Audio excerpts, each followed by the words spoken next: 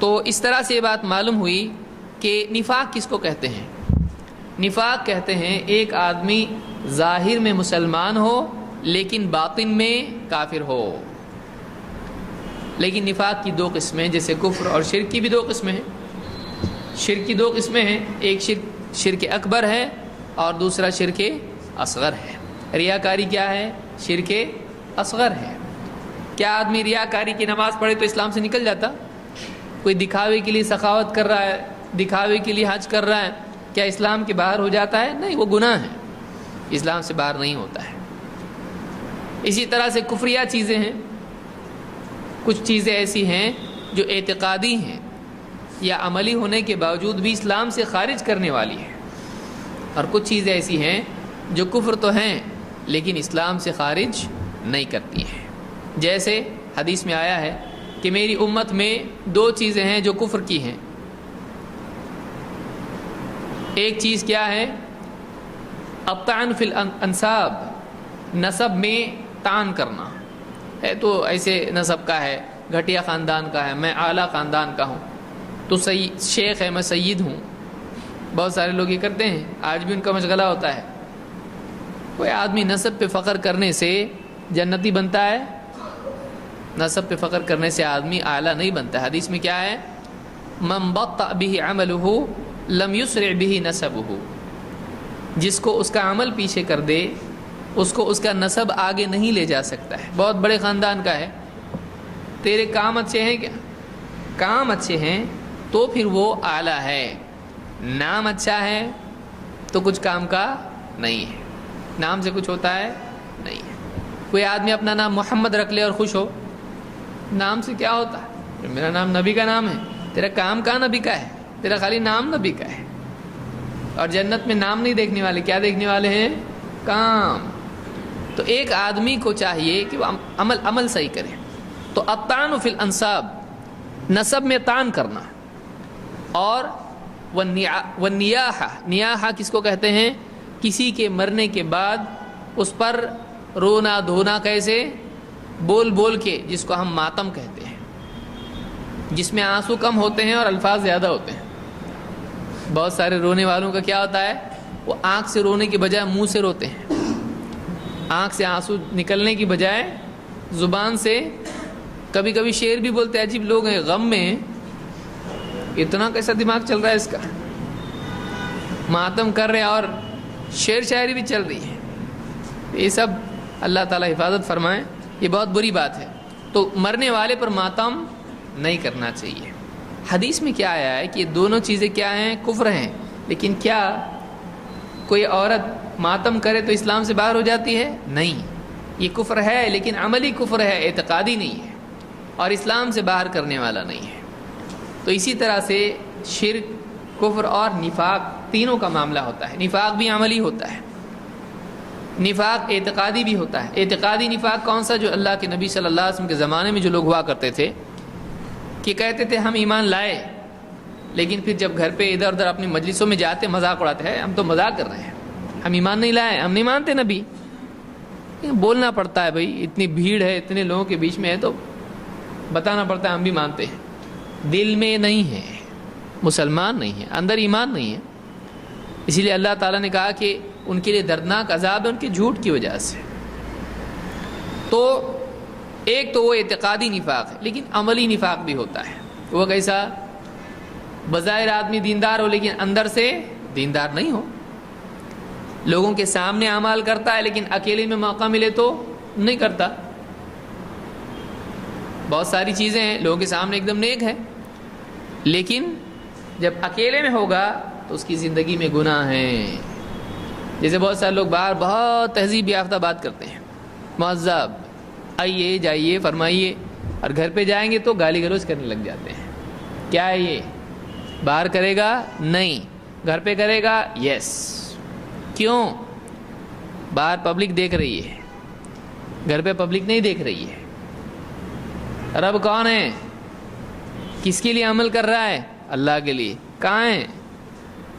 تو تیرے ذہن میں اللہ کے مقابلے میں کون غالب ہے؟ مخلوق. تو یہ عملی نفاق ہے کہ ایک آدمی، جیسے حدیث میں بھی آیا ہے نا، کہ ایک آدمی امانت رکھی جائے خیانت کرے، وعدہ کرے وعدہ خلافی کرے، بولیں جھوٹ بولے، جھگڑے پہ آئے گالی گلوچ پہ اتر آئے۔ تو یہ ساری چیزیں جو ہیں کہ ایک آدمی کی زندگی میں تقویٰ کی پاسداری نہ ہو اور وہ ایک طرف ایسا بنے اور دوسری طرف ویسا بنے۔ نفاق کہتے ہی ہیں کہ ظاہر میں کچھ اور باطن میں کچھ، کھلے میں کچھ اور چھپے میں کچھ، تو یہ عملی نفاق بھی ہوتا ہے۔ تو حدیث میں اس کو نفاق کہا گیا ہے۔ ایک آدمی سے اسلام سے نکل تو نہیں جائے گا، لیکن یہ عملی اعتبار سے نفاق ہے اور بہت بڑا گناہ ہے۔ یہ بڑے نفاق تک بھی لے جا سکتا ہے، یہ کفر تک لے جا سکتا ہے، کیونکہ گناہ جو ہوتے ہیں آدمی کے لیے کفر کا راستہ ہموار کرتے ہیں۔ اس کو یاد رکھیے، گناہ خصوصاً کبیرہ گناہ انسان کے لیے کفر کا راستہ ہموار کرتے ہیں۔ دھیرے دھیرے دھیرے گناہ کرتے کرتے اس کے دل کے اندر گناہ کی لذت بیٹھ جاتی ہے، دین کی لذت نکلنے لگتی ہے، اور اس کا جو فرسٹریشن پیدا ہوتا ہے کسی دن وہ کفر بھی کر بیٹھتا ہے۔ اللہ کو کچھ بول دیا، آخرت کے بارے میں انکار کر دیا، تقدیر کا انکار کر دیا، رسول کی بات کا انکار کر دیا۔ تو اس طرح سے جب آدمی کا ہیبت دین کی اس سے دھیرے دھیرے اٹھتی چلی جاتی ہے گناہوں کی وجہ سے۔ قانون بار بار توڑ رہا ہے، قانون کی عظمت رہے گی۔ ایک آدمی بار بار قانون توڑ رہا ہے، اس کے دل سے ہیبت نکل جاتی ہے۔ دیکھیے بچہ، مثال کی سمجھیے اس کو، بچہ ہے، پہلے دن کچھ تو اجازت کے بغیر باہر گیا، ڈر ڈر ڈر ڈر کے کرتا ہے، سگریٹ تمباکو کھایا، نیا نیا ہے ایک دم، ڈرتے ڈرتے چھپتے چھپتے سگریٹ بیڑی پیتا ہے، لیکن دھیرے دھیرے کیا ہو جاتا ہے، ڈر اس کی عادت ہو جاتی ہے۔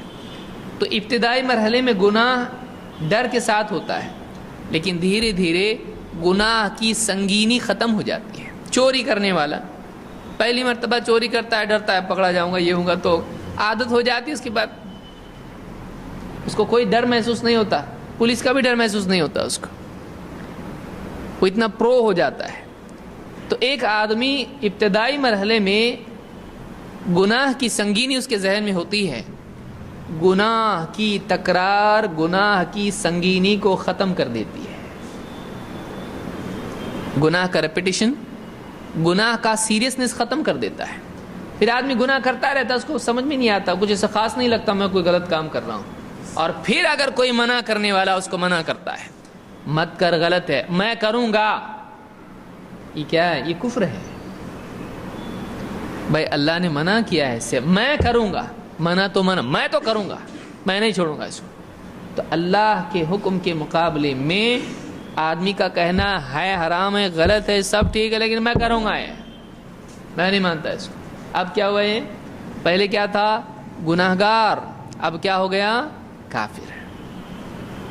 تو اس بات کو اچھی طرح سے یاد رکھیں کہ گناہ کفر نہیں ہے، لیکن گناہ کفر کی طرف لے جاتا ہے، گناہ کفر کے لیے راستہ ہموار کرتا ہے۔ دیکھیے گاڑی جب اوپر سے آتی ہے، شروع میں بریک لگائیں گے تو آسانی سے رک جاتی ہے، اور ایک دم پوری سپیڈ جب پکڑتی ہے ڈھلان پر سے، اس کے بعد بریک لگایا جائے تو بھی رکتی نہیں ہے، بعض اوقات پلٹی ہو جاتی ہے۔ اب پھر بریک لگائیں گے آخر میں، نہیں لگتا، کیوں؟ ابھی پوری مومنٹم میں گاڑی فل ایکسلریشن کے ساتھ جا رہی ہے ابھی۔ اس کے بعد رکنے کی طاقت اس میں ختم ہو جاتی ہے، اور روکنے کی طاقت اور بڑا ایکسیڈنٹ کر دیتی ہے، ایسا بھی جانے والا ہے ویسا بھی جانے والا ہے، ایسا ہو جاتا ہے پھر۔ تو اس کے لیے آدمی بعض اوقات سوچتا ہے ایک ہی تو گناہ ہے، گناہ ہی تو ہے، میرا عقیدہ صحیح ہے۔ عقیدہ صحیح ہے؟ تیرا عقیدہ صحیح ہوتا تو گناہ نہیں کرتا، تیرا عقیدہ اگر صحیح ہوتا تو گناہ نہیں کرتا۔ تو عقیدے میں تیرے کمزوری ہے، ٹھیک ہے، اللہ کو مان رہا، آخرت کو مان رہا، فرشتوں کو مان رہا، سب مان رہا، تو مان رہا ہے، لیکن ماننے میں بھی فرق ہوتا نا۔ تیرا ماننا پاورفل نہیں ہے، تیرا ماننا پاورفل ہوتا، تیری زندگی میں اللہ کا حکم ہوتا۔ لہٰذا نماز کے سلسلے میں بہت سارے لوگ لاپرواہی کرتے ہیں، اور یہ سمجھتے ہیں کہ میرا عقیدہ صحیح ہے لیکن نماز میں لاپرواہی ہے۔ ٹھیک ہے، عقیدہ تو صحیح ہے نا، اور شیطان اس وقت میں ذہن میں ڈالتا اتنے سارے دنیا میں دوسرے ہیں، ان کے تو عقیدے بھی خراب ہیں، تو جنت میں جائے گا کون؟ تو ہی جائے گا۔ ابھی جن کے عقیدے خراب ہیں وہ تو جنت میں جانے والے نہیں۔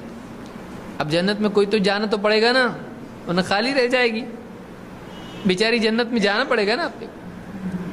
تو جنت تیرے لیے انتظار میں ہے، تو چلتا اللہ چلا لیتا۔ ابھی شیطان سب ذہن میں ڈالتا، اللہ قرآن میں اللہ نے فرمایا غفور الرحیم ہے۔ اچھا اس وقت میں یہ نہیں آتا ہے وَأَنَّ عَذَابِي هُوَ الْعَذَابُ الْأَلِيمُ، میرا عذاب بھی بڑا دردناک عذاب ہے، یہ نہیں آتا ذہن میں۔ تو گناہ کرتے وقت میں گناہ گار کے ذہن میں اللہ کی مغفرت والی چیزیں سب ہوتی ہیں، وہ وعدے ہوتے ہیں، آدمی چلا جاتا ہے۔ اور کہاں سے آتا وہ؟ اللہ کی طرف سے آتی چیزیں سب شیطان دل میں ڈالتا ہے۔ تو جمعہ چھوڑنا نہیں چاہیے، بلکہ نمازیں چھوڑنا نہیں چاہیے، کیونکہ قیامت کے دن سب سے پہلے کس چیز کا حساب ہوگا؟ تو یہ بات ہم نے دیکھی کہ جمعہ چھوڑنا آدمی کے دل پر مہر لگنے کا ذریعہ ہے، سیل لگ جانا۔ جیسے آپ دیکھتے ہیں دروازہ سیل کر دیا، لاک کر دیا اس کو، آپ کوئی اندر جا سکتا ہے؟ نہیں۔ دل پہ مہر لگنے کا مطلب کیا ہے؟ دل پہ مہر لگنے کا مطلب یہ ہے کہ دل پہ نیکی کی باتوں کا اثر نہیں ہوگا، واعظ و نصیحت کا اثر نہیں ہوگا، دل میں گناہوں کی وجہ سے ندامت پیدا نہیں ہوگی۔ دل کیسا ہوگا؟ پتھر، کوئی نصیحت کرے نصیحت کا اثر نہیں ہوگا۔ دل پہ ہدایت کی طلب اور ہدایت کے اعتبار سے دل کے اندر خیر کے جذبات وغیرہ کمزور پڑ جائیں گے۔ اتنا بڑا رزق کون لے گا بھائی؟ دل کو سنبھالنا ضروری ہے، دل کی حفاظت ضروری ہے۔ تو ایک آدمی کو چاہیے کہ ایسا کوئی کام نہ کرے جس سے اس کے دل پر برا اثر پڑے۔